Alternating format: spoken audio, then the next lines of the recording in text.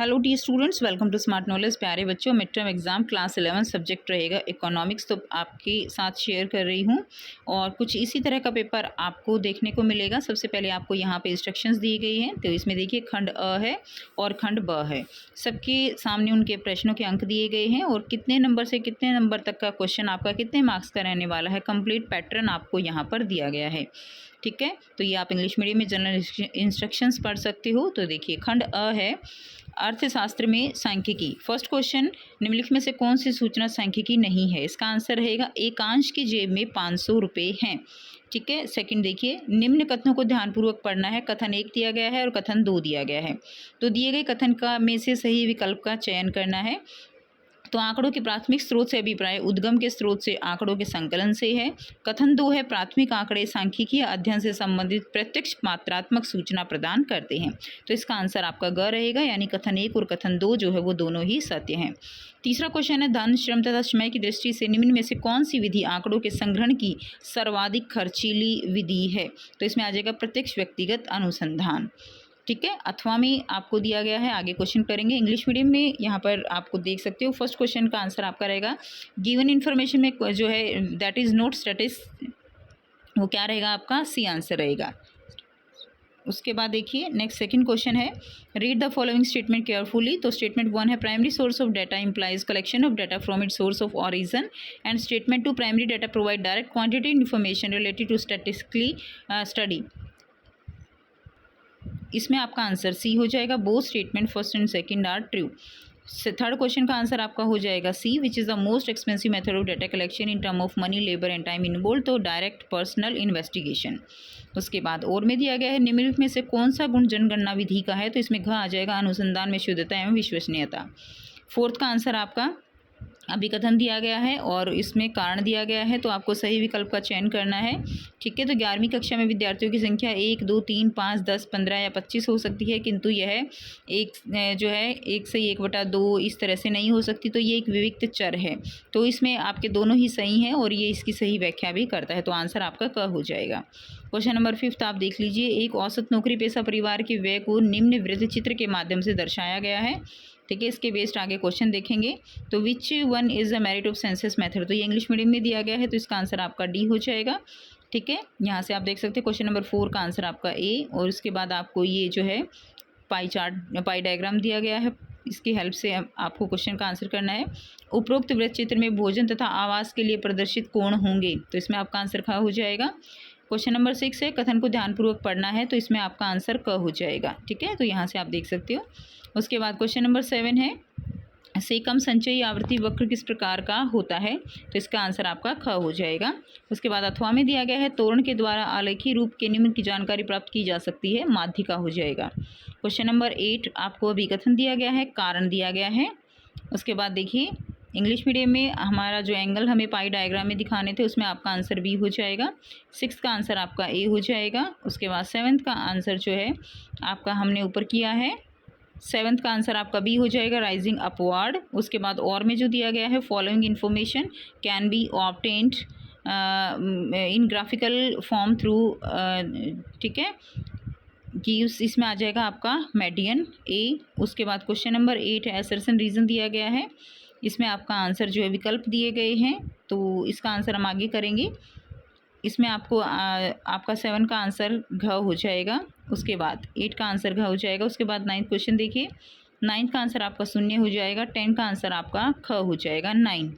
ठीक है, उसके बाद इनको हम इंग्लिश मीडियम में देख लेते हैं। तो जो आपको असर्शन रीजन का क्वेश्चन दिया गया था, उसमें इंग्लिश मीडियम में ये दिया गया है, तो इसका आंसर डी हो जाएगा। Question number 9, sum of deviation of different value from arithmetic mean is equal to 0। And question number 10 का आंसर आपका 9 हो जाएगा। मेडियन निकालना है सीरीज़ का, तो 9 आंसर आएगा। उसके बाद क्वेश्चन नंबर 11 देखते हैं। क्वेश्चन नंबर 11 है, नीति निर्माता आर्थिक विकास के लिए उपयुक्त नीतियों के निर्माण के लिए सांख्यिकी आंकड़ों का प्रयोग करते हैं, एक उदाहरण देकर स्पष्ट कीजिए। इंग्लिश मीडियम में देखेंगे। इंग्लिश मीडियम में जो आपका क्वेश्चन दिया गया है, the policy maker use statistical data to formulate suitable policies of economics development, illustrate with an example. तो क्वेश्चन नंबर 11 का आंसर आप यहाँ से करेंगे। सांख्यिकी विधियाँ ऐसी उपयुक्त आर्थिक नीतियों के निर्माण में सहायता देती है जिनसे आर्थिक समस्याओं के समाधान में सहायता मिलती है, जैसे गरीबी और बेरोजगारी निवारण के लिए बनाई गई नीतियाँ। ठीक है, उसके बाद क्वेश्चन नंबर 12 है median is not affected by the extreme value of the series explain with an example. और साथ में आपको जो है यहाँ पे जो कैलकुलेट करना है median with the help of following data. Hindi medium में देख लेंगे क्वेश्चन माध्यिका सारणी के चरम मूल्य से प्रभावित नहीं होती है, उदाहरण के द्वारा स्पष्ट कीजिए, और इसकी हेल्प से आपको माध्यिका निकालनी है जो आपको टेबल दी। तो यहाँ से क्वेश्चन नंबर 12 का आंसर आप कर लेंगे। ठीक है, सहमत, एक व्यक्ति अपनी आय को व्यय करते समय भोजन को अधिक महत्व देता है, कपड़ों को उससे कम महत्व देता है और मनोरंजन को सबसे कम महत्व देता है। और जो हमें टेबल दी गई है उस स्थिति में औसत ज्ञात करने के लिए भारित माध्य का प्रयोग किया जाता है। तो यहाँ से कुछ इस तरह से जो है वर्गांतर आवर्ती और CF निकाल के संचय आवर्ती, इस तरह से आप यहाँ से हेल्प लेके क्वेश्चन को सॉल्व कर सकते हो, और इंग्लिश मीडियम वाले बच्चे भी यहीं से कर लेंगे। उसके बाद आगे कुछ इस तरह से आपको इसका सॉल्यूशन दिया गया है। नेक्स्ट देखिए, यहाँ पे आगे इस तरह से दिया गया है।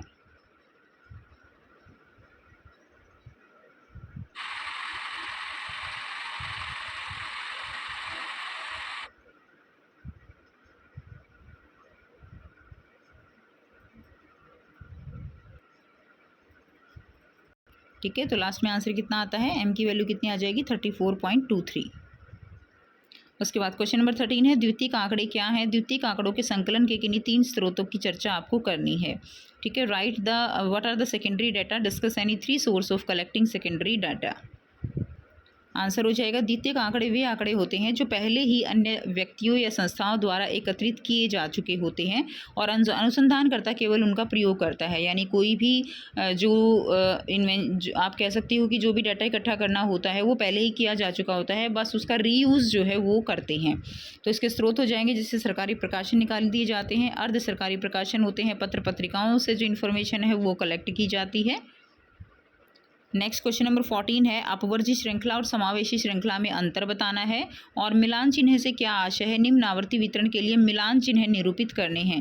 ठीक है, जो ये दिए गए हैं, अंक दिए गए हैं, आवृत्ति दी गई है। इंग्लिश मीडियम में देखते हैं, distinguish between exclusive series and inclusive series and what is meant by tally marks, assign the tally marks for the following frequency distribution। और में ये क्वेश्चन दिया गया है, दोनों के आंसर साथ देखेंगे तो इसमें आ जाएगा, देखिए भी उस वर्ग में शामिल होता है जबकि अपवर्जी जो श्रृंखला है में किसी वर्ग के ऊपर, मावेशी श्रृंखला वह श्रृंखला जिसमें किसी वर्ग की ऊपरी सीमा का मूल्य सीमा के मूल्य को उस वर्ग में शामिल नहीं किया जाता बल्कि अगले वर्ष में शामिल किया जाता है। अपवर्जी श्रृंखला में एक वर्ग की ऊपरी सीमा दूसरे वर्ग की निचली सीमा होती है, परंतु समावेशी श्रृंखला में एक वर्ग की ऊपरी सीमा तथा दूसरे वर्ग की निचली सीमा में क्या होता है, अंतर होता है। उसके बाद नेक्स्ट देखिए मिलान चिन्ह है। प्रत्येक वर्ग में आने वाली एक इकाई के लिए एक रेखा खींची जाती है जिन्हें मिलान रेखाएं कहा जाता है और प्रत्येक 4 रेखाओं के बाद 5वीं रेखा उनको काटती हुई खींची जाती है। तो आप जो है बहुत बचपन में भी ये चीज़ें पढ़ते हो, जैसे 4 ये हो गया तो 5वीं जो होगी वो इसको ऐसे काटती हुई खींची जाती है। ठीक है, तो ये देखिए जैसे इसके अंदर 4 दिया गया है तो आप 4 लाइन लगा देंगे। 5 दिया गया है तो 4 को काटते हुए 5वीं होगी। 8 दिया गया है तो 5 तो ऐसे काटती हुई होगी, 3 अलग से हो गई। 9 दिया गया है तो 5 ही ऐसे काटती हुई होगी और 4 ऐसे हो जाएंगी। अगला क्वेश्चन है 15 what is mean by arithmetic mean, explain any 3 merits of arithmetic mean. ठीक है, तो हिंदी मीडियम में देखते हैं समांतर माध्य से क्या आशय है। समांतर माध्य की किन्हीं 3 गुणों की आपको व्याख्या करनी है। तो समांतर माध्य क्या होगा, समांतर माध्य जो है केंद्रीय प्रवृत्ति का सबसे सरल माप है। किसी श्रृंखला के सभी मदों के मूल्य के जोड़ को उनकी संख्या से भाग देने से हमें क्या मिलता है, समांतर माध्य जो है वो कहलाती है। समांतर माध्य के गुण क्या हो जाएंगे, गणना की दृष्टि से अत्यंत सरल है, सभी मूल्यों पर आधारित है। इसके अलावा आप लिख सकते हो बीजगणितीय विवेचना संभव है और निश्चितता है। तो कोई 3 जो है आपको लिख देनी है। उसके बाद नेक्स्ट देखिए क्वेश्चन नंबर 16 है दिए गए आंकड़ों के लिए वृत्त आरेख आपको बनाना है। तो ये आंकड़े आपको दिए गए हैं, ठीक है, इनसे आपको वृत्त आरेख बनाना है। अथवा भी हम साथ करेंगे कालिक श्रृंखला ग्राफ से क्या अभिप्राय है। शाखिंकीय आंकड़ों के ग्राफिक प्रस्तुतिकरण के लाभों पर आपको चर्चा करनी है। तो construct A pi diagram for the following data and what do mean by the time series graph, discuss the advantage of graphic representation of statistical data. तो ये कंप्लीट आप कर लेंगे, ठीक है, जिसमें दिया गया है वृत्त आरेख की रचना करनी है हमें। व्यय की मध्य प्रतिशत आय, व्यय और कोण, ये जो है आप टेबल देख लेंगे यहाँ से। उसके बाद कुछ इस तरह से आपको इसका पाई जो चार्ट है वो ड्रॉ कर देना है। उसके बाद जो अथवा में क्वेश्चन दिया गया है, कालिक श्रृंखला जो है ग्राफ किसे कहते हैं? जब कालिक श्रृंखला को ग्राफ पर दर्शाया जाता है तो उसे क्या कहा जाता है? कालिक श्रृंखला ग्राफ कहा जाता है। इसके लाभ क्या हैं? आकर्षक और प्रभावशाली साधन है। सेकंड है, समझने के लिए विशेष प्रशिक्षण एवं ज्ञान की आवश्यकता नहीं है और अधिक समय तक याद रहता है। नेक्स्ट क्वेश्चन है, निम्न आंकड़ों के समूहीकरण विधि द्वारा बहुलक की आपको गणना करनी है। तो आंकड़ों की क्या करनी है आपको? गणना। Calculate the mode for the following data by using grouping method. तो यहाँ से आप कुछ इस तरह से इसको सॉल्व कर लेंगे। बहुलक के निर्धारण के लिए समूहीकरण सारणी, ठीक है। तो यहाँ से आप इसको चेक कर लेंगे, ठीक है। उसके बाद आपको विश्लेषण सारणी दी गई है। लास्ट में फिर जो है जब आप विश्लेषण कर लेंगे उसके बाद योग करना है और इसका बहुलक क्या आ जाएगा? जेड जो है वो कितना आ जाएगा? 6 आ जाएगा। नेक्स्ट अब आपको खंड ब दिया गया है, प्रारंभिक व्यष्टि अर्थशास्त्र। क्वेश्चन नंबर 18 है, किस अर्थव्यवस्था में सरकार निर्णय प्रक्रिया में हस्तक्षेप नहीं करती? तो मुक्त अर्थव्यवस्था। क्वेश्चन नंबर 19 दिया गया है, निम्न चित्र में उत्पादन संभावना वक्र जो है ए बी के बिंदु पी से उत्पादन संभावना वक्र A1 B1 के बिंदु Q पर खिसकाव दर्शाता है। तो ठीक है, तो इसमें आ जाएगा आंसर क, संसाधनों की वृद्धि। क्वेश्चन नंबर 20 को ध्यान से पढ़ेंगे। कथन 1 और कथन 2 दिया गया है, तो इसका आंसर आपका जो है अभी हम आगे देखते हैं। इंग्लिश मीडियम में देख लेते हैं पहले क्वेश्चन नंबर 18, जिसका आंसर आपका फ्री इकोनॉमी हो जाएगा। उसके बाद क्वेश्चन नंबर 19 दिया गया है, इसमें आपका आंसर ए हो जाएगा, increase in resources. Question number 20 देखेंगे, स्टेटमेंट 1 और स्टेटमेंट 2 दी गई है, तो इसमें आपका आंसर ग, कथन 1 और कथन 2 जो है दोनों ही सत्य हैं, ये आंसर हो जाएगा। क्वेश्चन नंबर 21, निम्न सूचना को ध्यानपूर्वक पढ़ना है और इसके आधार पर निम्न प्रश्नों के उत्तर देने हैं। तो बजट रेखा का ढलान क्या है? तो बजट रेखा का ढलान ग हो जाएगा 4/5, ठीक है। उसके बाद अथवा में दिया गया है, तो इसका आंसर आपका ख हो जाएगा। उसके बाद क्वेश्चन नंबर 22 देखिए, अभिकथन और कारण दिया गया है। इंग्लिश मीडियम में देखेंगे तो हमारा फर्स्ट क्वेश्चन जो था उसमें बोथ स्टेटमेंट ट्रू थी। क्वेश्चन नंबर 21, इसका आंसर आपका 4/5 हो जाएगा। इसमें और में जो दिया गया है इसका आंसर आपका बी हो जाएगा, MRSXY PX/PY। क्वेश्चन नंबर 22 देखिए, असर्शन दिया गया है बेटा और रीज़न दिया गया है, तो इसमें आपका आंसर जो है क्या हो जाएगा? इसमें आपका आंसर हम आगे करेंगे, इसका आंसर इंग्लिश मीडियम वाला, तो ये अभी हिंदी मीडियम में आ गया।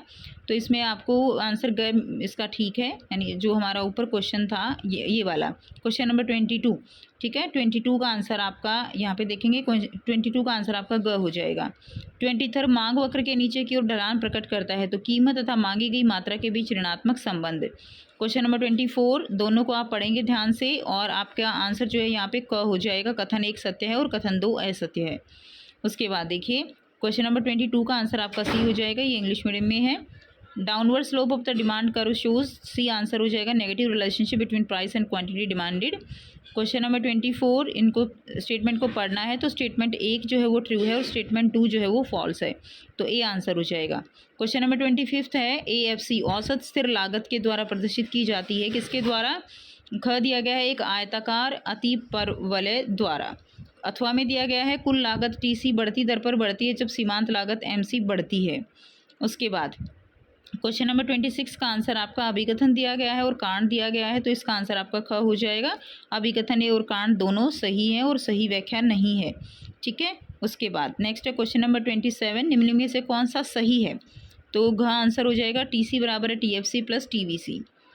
इंग्लिश मीडियम में दिया गया है, average fixed cost is indicated by a rectangular hyperbola. और में दिया गया है, तो टोटल कॉस्ट जो है increase at an increasing rate when marginal cost जो है मार्जिनल कॉस्ट इज इंक्रीजिंग। उसके बाद क्वेश्चन नंबर 26 में ए और आर दिया गया है, तो आपका आंसर बी हो जाएगा, दोनों ही ट्रू हैं and reason is not the correct explanation of assertion. उसके बाद क्वेश्चन नंबर 27 का डी हो जाएगा, TC is equal to TFC plus TVC।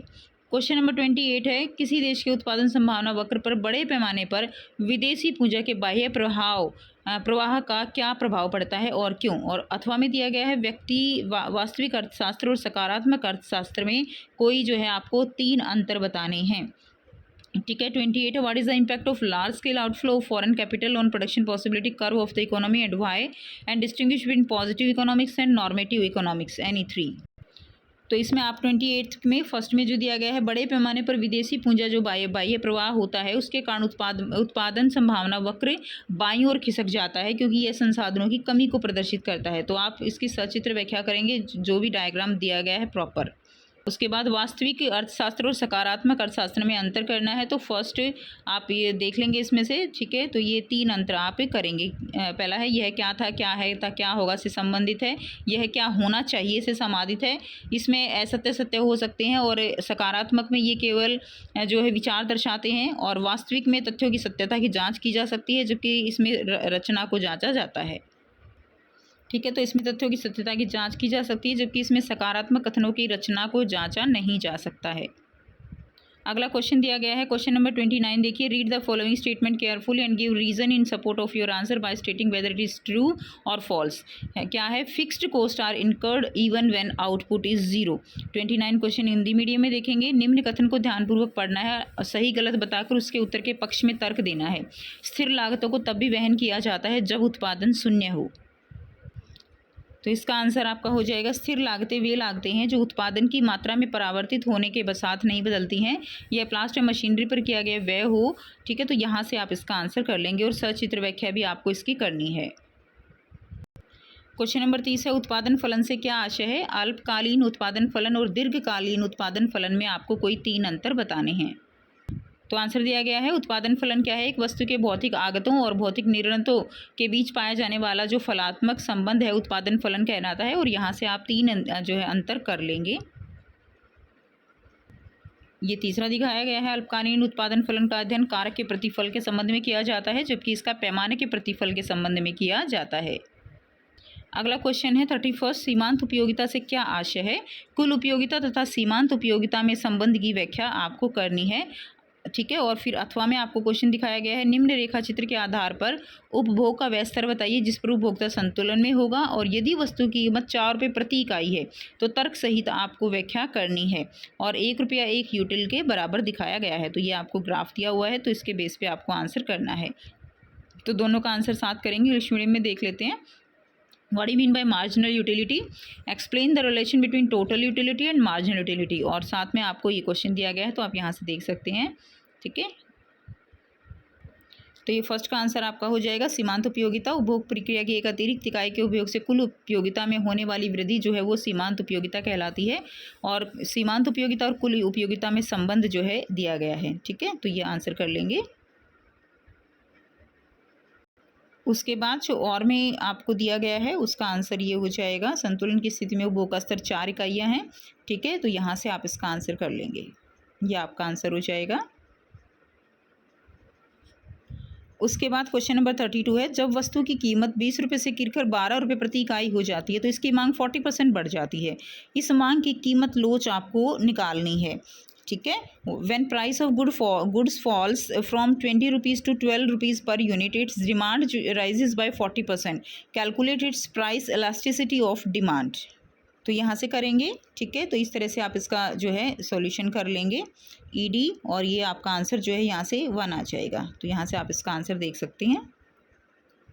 Question number 33 है, मांग वक्र में दाईं और खिसकाव के जो है प्रमुख कारकों की व्याख्या करनी है, और अथवा में दिया गया है। साथ देखेंगे, किसी वस्तु की कीमत में गिरावट के कारण सदैव उसकी मांग का विस्तार नहीं होता है। उपरोक्त कथन के संबंधित अपवाद की स्थितियों की व्याख्या आपको करनी है। ठीक है, explain the factors of rightward shift of demand curve and fall in price of a commodity is not always lead to expansion of its demand. Explain the conditions of exception related of the above statement. तो ये कारक हो जाएंगे। ठीक है, उपभोक्ता की आय में वृद्धि, प्रतिस्थापन वस्तु की कीमत में वृद्धि, पूरक वस्तु की कीमत में कमी, और उपभोक्ता की रुचि में परिवर्तन। ठीक है, तो कोई अन्य 4 भी आप इसमें दे सकते हो, आपको इसमें व्याख्या भी करनी है। उसके बाद जो क्वेश्चन आपका और में दिया गया है उसका आंसर हो जाएगा, किसी वस्तु की कीमत में कमी के कारण सदैव मांग का विस्तार नहीं होता। कीमत तथा मांग के बीच पाया जाने वाला विपरीत संबंध के कुछ अपवाद हैं। तो गिफिन वस्तुओं के संबंध में सामाजिक प्रतिष्ठा की वस्तुएं और उपभोक्ता का अपना मूल्यांकन की कहीं महंगी वस्तुएं उत्तम वस्तुएं हैं। उसके बाद क्वेश्चन नंबर 34, निम्न अवतरण को ध्यानपूर्वक पढ़ना है और फिर इसके प्रश्नों के उत्तर देने हैं। तो आप यहाँ से इसको अच्छे से एक बार पढ़ लेंगे। ठीक है, उसके बाद देखिए दिया गया है, उसके बाद उदासीनता वक्र विश्लेषण किस प्रकार उपयोगी विश्लेषण से बेहतर है, और प्रतिस्थापन प्रभाव जो है वो क्या है ये आपको बताना है। ठीक है, तो read the following passage carefully and answer the given question based on the same. तो इसको अच्छे से आप पढ़ लेंगे। And how is indifference curve analysis better than utility analysis, and what is the substitution effect, ये आपको करना है। तो इसका आंसर आपका हो जाएगा, यहाँ से आप देख लेंगे 34 का फर्स्ट, उपयोगिता विश्लेषण जो है संख्यात्मक माप पर आधारित है, जबकि अवधिमान वक्र विश्लेषण क्रमवाचक माप पर आधारित है। उपयोगिता विश्लेषण जो है इसकी कीमत अन्य प्रतिस्थापन, ये आपका सेकंड का आंसर हो जाएगा। ख का उपयोगिता विश्लेषण कीमत अन्य आय प्रभाव तथा प्रतिस्थापन प्रभाव का विश्लेषण करने में सफल है, तो ये ख पॉइंट, ये क पॉइंट फर्स्ट का आंसर हो जाएगा। उसके बाद दिया गया है प्रतिस्थापन प्रभाव, तो एक वस्तु की कीमत में वृद्धि के कारण उसकी प्रतिस्थापन वस्तु की मांग का बढ़ना अर्थात प्रतिस्थापित किया जाना प्रतिस्थापन प्रभाव कहलाता है। तो ये था कंप्लीट पेपर। आई होप ये पेपर आपके लिए बहुत बहुत ज़्यादा हेल्पफुल रहेगा। सो मिलते हैं आपसे नेक्स्ट वीडियो में। Till then take care, bye bye.